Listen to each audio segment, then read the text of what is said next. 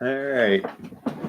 So, welcome to another episode of Inspired Content where we'll be looking at a board game that I have. I acquired this, I believe, at a thrift shop a few years back.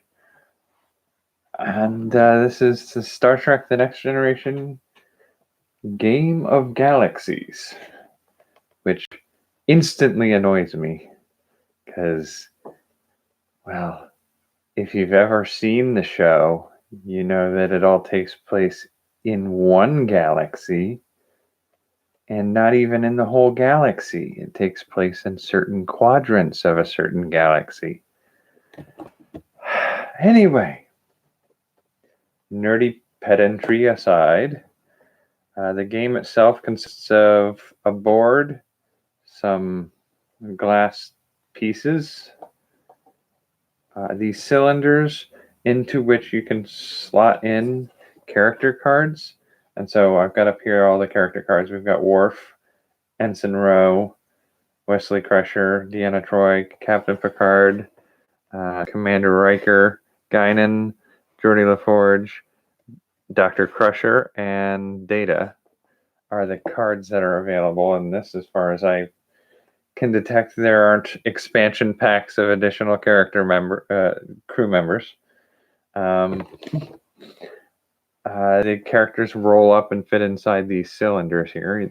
You've got the board with the ship at the center, and each of these fits onto a circle that matches its own color.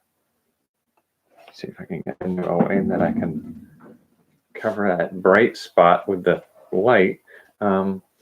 So you've got a spinner, you've got a die, and you've got these dilithium crystal cards. The board. I mean, that's really all there is to it. And here's the thing. There are two different types of gameplay for this. And quite frankly, like the first one, as far as I can consider it, is completely useless. The first mode of gameplay is entirely, well, it's not useless. It's a kid's game. Here, let's move this out of the way here, maybe. So the first gameplay mode is essentially you start in the center like this.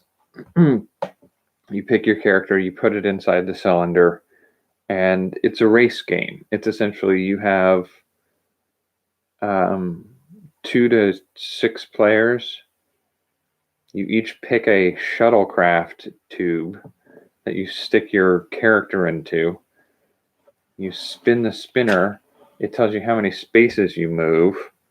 You go to those spaces, and if you land on a planet or its adjacent moons, you win this, which is supposed to mark a treaty. One of these little glass things marks as a treaty. And essentially, at that point, you play until all the treaties have been picked up in all 6 galaxies. I can't believe they did that. So you collect all the treaties. I seem to be missing one. That's the trouble of leaving things out on the tabletop. There we go. People bump stuff. All right, so you acquire the treaties, and when they're all off the board, you tally them up to see who won. And the base level, they all equal 1 point. This is a docking bay, or no, this is a space dock. Yeah. And I mean it says if you end up in a space dock, you can depart from any of the 4 points. I guess that's these 4, but these are also connected. I don't know. Anyway, they don't elaborate on that any further. Then they have the transporters, which transfer you from any one of these to any other one of these anywhere else on the board. And then star bases, they're just a stop along the way, I guess, for the base level game. And that's really it. It's just a race to accumulate the most of these treaties. So in my mind, that's like, if you have anybody under the age of 8 that wants to play a Star Trek game, I guess you could tell them this was it. But I even think like an 8-year-old would easily, quickly be able to tell you that this is not Star Trek. Well, I mean, it's themed after Star Trek, but like Star Trek, they understand enough about the setting not to fall for this. Okay, and then there's the captain level for advanced play. Now, the way this changes for that is the characters start out at the star bases instead of at the docks on Enterprise. And here's the thing. During that base level of play, these cards don't come into play. You don't use them. Now, in captain level of play, you do use them. There's an additional aspect of it where there's the asteroid belts that you in order to get through those, like from point here, this blue one, to get down here to follow this path through, you have to use a photon torpedo card, and everybody's hand starts with a certain number of those at this level, and the rest of them get put back into the deck, and these are all these cards are put together into the middle, and so you draw from them, and this is what the backs of them look like. They're dilithium crystal cards, I guess. So you draw those cards as you draw through the deck, and you draw through the deck whenever you land on a blue circle, which is a Starfleet orders circle. I mean, that's what they're going to designate it. So in order to get to the asteroid field, you have to use a card, and then it goes shuffled back into the deck. Again, you're accumulating treaties, but in this case, they've given you 2 different colors of treaties for the game. In the base level game, they're worth the same. In the captain's level game, the darker ones have fewer of them. I think there are 12 dark colored ones and 18 light colored ones. The 12 dark colored ones count for 1 commendation each. The 18 light colored treaties count for 2 commendations each. So the lighter colored ones on the outer circle and the inner circles count for more. And then the other biggest difference here is you start at the bases, and as you move in, if you get to here, going from here to here counts as 1 move, and then your next move can be leaving this circle at any point, and that's another move. So this big circle, the entire Enterprise, counts as 1 space. I think really, literally, that's the whole of the differences. The transporters, when a player lands on any one of the spaces, he/she may choose to transport to any transporter on the board. Yeah, asteroid belts.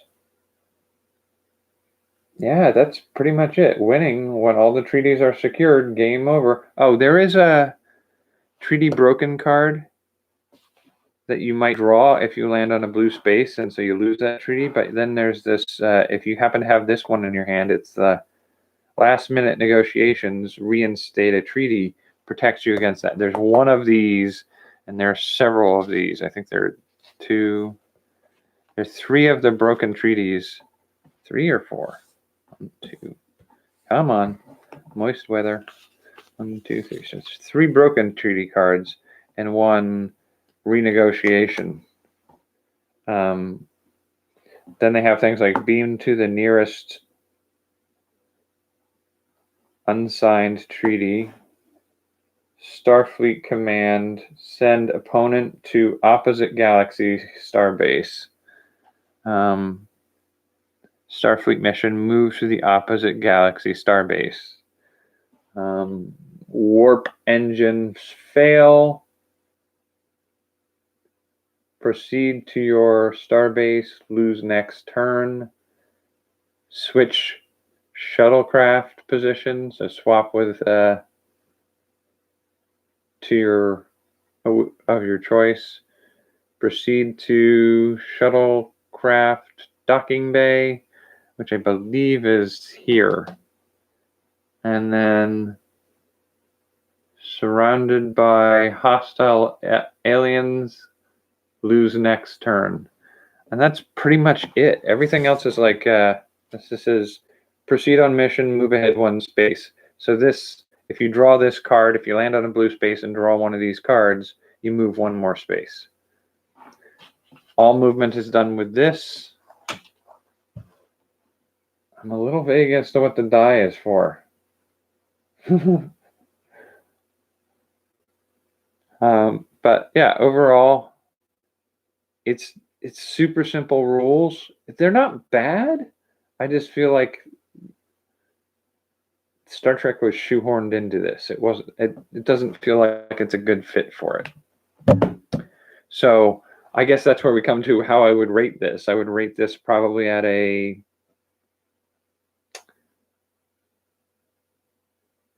I'm going to give it about a 4.8 out of a 5.2. So it's not a bad game, but I feel it misses the mark enough that this is something that I wouldn't recommend purchasing.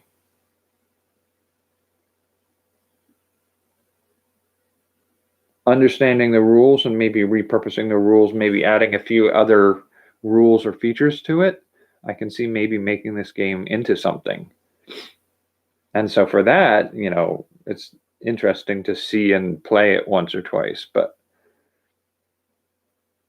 I don't. So yeah, I'm trying to look here. The mechanics are dead simple. Players can travel in any direction along the connected path lines. Each circle icon or planet represents one space. If a player rolls a 6, for example, he or she may move 6 spaces in any one direction. A player signs a treaty by landing on a planet or its moon with a treaty piece. You have to blast to get through asteroid fields like these. And then space dock, docking bay. The yellow ring around the Enterprise is called the shuttlecraft docking bay and has similar functions to a space dock. Players may get on or off at any of the 6 points. It counts as only one space. If a player ends a turn on a color space on the docking bay, on the next roll can launch his or her shuttle from any other point on the ring. Transporters, they transport you to any place in the galaxy. Blue spaces count as draw a card. They're your orders from Starfleet. Treaties, light color ones count for 2. Dark ones count for 1. The object of the game is to sign as many treaties as you can. Broken treaties can be renegotiated if you have the card. Otherwise, you put any one of your. Oh, that is an interesting one. Okay, I forgot about that. Treaties. There are 30 treaties, so on and so forth. Once a treaty is on the board, players the game. When all the treaties are retrieved, the game is over. When treaty broken card has been drawn, the player must surrender any one treaty she holds. It must be placed on the planet in the most outer ring possible in the opposite galaxy from where he or she is located. If they hold a reinstate treaty, then they can play that to protect themselves from losing that treaty. That's sort of it. And so overall, I'd say, like, I just feel like the competitive nature of this, where you're having Guinan compete against Ensign Rowe or Data or Beverly Crusher to get treaties on planets in multiple galaxies. Did the designers ever watch Star Trek? that's the overall feeling I walk away from this with. Like, did you ever watch the show? Worf isn't competing with Wesley Crusher and Guinan for treaty rewards. And the other thing that sort of bugs me about this, maybe it's just me being me, but okay, we've got competing for treaties, document treaties, which are these crystals, and you're drawing dilithium crystal cards. It's like, you've done this backwards. You've done this completely and totally backwards. And I feel like the movement on the board for one version of this game uses the spinner, which is a 1 to 6. It's literally 1, 2, 3, 4, 5, 6. But for the other version, it looks like they're using the die to designate how many spaces you can move. And I'm just kind of like, who designed this? What weirdness was going on?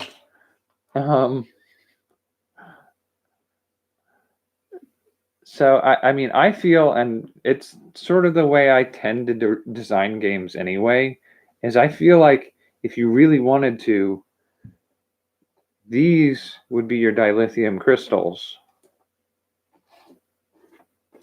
and they would be worth a certain number of points, and you spend those points to travel. Because it's Star Trek spaceships travel distances based on their fuel source and their reactor mixing antimatter and matter, and they do that with a dilithium crystal matrix. Just come on, work with me just a little bit. I mean, could we do that maybe? Those are a fuel source, and your treaties that you're going to be doing would be cards, and your treaties would be things that you have to, situations that you have to resolve in some way. You know, maybe Ventax 2 is suffering a need of a medical emergency. So being able to go to, say, Epsilon 9 to acquire trade goods or medical goods and bring it back to Penteris or Ventax 2, like something like that. Some kind of, or even just having a deck of cards that have solutions and a deck of cards that are treaty requirements, so that you turn over a treaty requirement and you set it up as something that needs to be done to achieve a treaty with that place. It's like sort of having to match the ability with the requirements. The photon torpedo to get through the asteroid field just seems like a negligible quirk added to the game to make movement special. Get to a certain area. Like, you can literally move through here to get to that planet. It's just moving 1, 2, 3, 4, 5 more spaces. It's not, you don't have to go through the asteroid field to get there. I mean, well, and then there's up here too. I mean, they've put some of them in the way. I guess they're trying to go for a spacey, what are all the different potentials that the ship could do. It really feels like this whole game's been shoehorned into this. So, like, this is a game that would be okay as some other game. You know, you're a swamp boat trying to make it through the bayou or whatever. I don't really know what you would do with it yet, but it feels like they've taken this swamp boat game and shoehorned it to try to make fit the Star Trek theme. And I feel like it sort of missed the mark on that. But there are some potential interesting ways to apply some of the aspects of this game. And I do think, the idea of trying to gain treaties and maybe using the crystals as a currency of movement And you have to acquire crystals, say, on moons. So, like, this is a moon, this is a planet. The treaties are usually kept on the planet, but if you land on a moon adjacent to a planet, you get the treaty anyway. So why is it considered 3 spaces there? Why are we doing that? I don't know. It doesn't make sense. But say you had the crystals on the moons instead, you'd have to go to a moon to get more crystals to give you a chance to travel further. So there are things I can think of that we could do with this game. And I gave some of the prompts in my other video. I can't believe I didn't upload this one before now. But we're running about 20 minutes, so I'm going to call it here. I guess next time I hope I have a game that I'm more enthusiastic about. I kind of really would like this game if they had figured out some better rule systems. I'm going to have to heavily tweak this to make this something that I could play with other people, especially Star Trek nerds. I think. Anyway, thanks for joining me, and I will see you for the next episode. Take care. Yep. There we go.